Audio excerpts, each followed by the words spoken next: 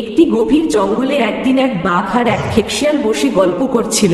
বাঘটি ছিল অত্যন্ত গর্বিত এবং ভাবত সেই জঙ্গলের সবচেয়ে বুদ্ধিমান প্রাণী।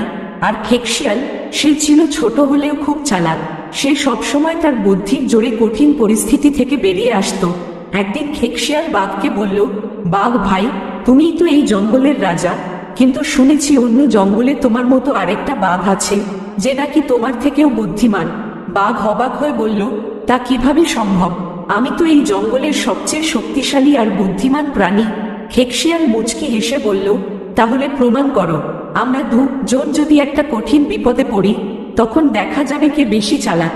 বাঘ তো আর পেছাতে চায় না। সে খুশি হয়ে বলল, ঠিক আছে খেকশিয়াল, যে কোনো পরিস্থিতিতে আমার বুদ্ধি দিয়ে আমি পার হয়ে যাব। তারপর খেকশিয়াল তার চালাকি শুরু করলো। সে বাঘকে নিয়ে গেল এক গভীর খাদে, যেখানে এক বিরাট বড় ফাঁদ পাতা ছিল। খেকশিয়াল নিজে সাবধানে খাদটা পার হলো, কিন্তু বাঘটা বুঝতেই পারল না। সে ভারী পায়ে খাদে পড়ে গেল। বাঘ হঠাৎ মাটিতে পড়ে গিয়ে চিৎকার করতে লাগলো, খেকশিয়াল, আমাকে সাহায্য করো, আমি তো বুঝতেই পারিনি। খেকশিয়াল এসে বলল, তুমি বলেছিলে তুমি সব থেকে বুদ্ধিমান, তাই না? এবার নিজে চালাকি করে বেরিয়ে আসো। বাঘ তার সব শক্তি দিয়ে চেষ্টা করেও ফাঁদ থেকে বেরোতে পারছিল না। তখন খেকশিয়াল কিছুটা নরম হয়ে বলল, দেখো বাঘ ভাই, চালাকি দিয়ে সবসময় সবকিছু হয় না, কখনো কখনো বুদ্ধির সঙ্গে কৌশলও লাগে।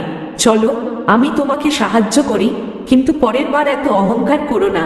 বাঘ নিজের ভুল বুঝতে পেরে বলল, ঠিক বলেছ খেকশিয়াল, আমি এতদিন অহংকার করতাম, কিন্তু এবার থেকে বুদ্ধি আর নম্রতা একসঙ্গে ব্যবহার করব।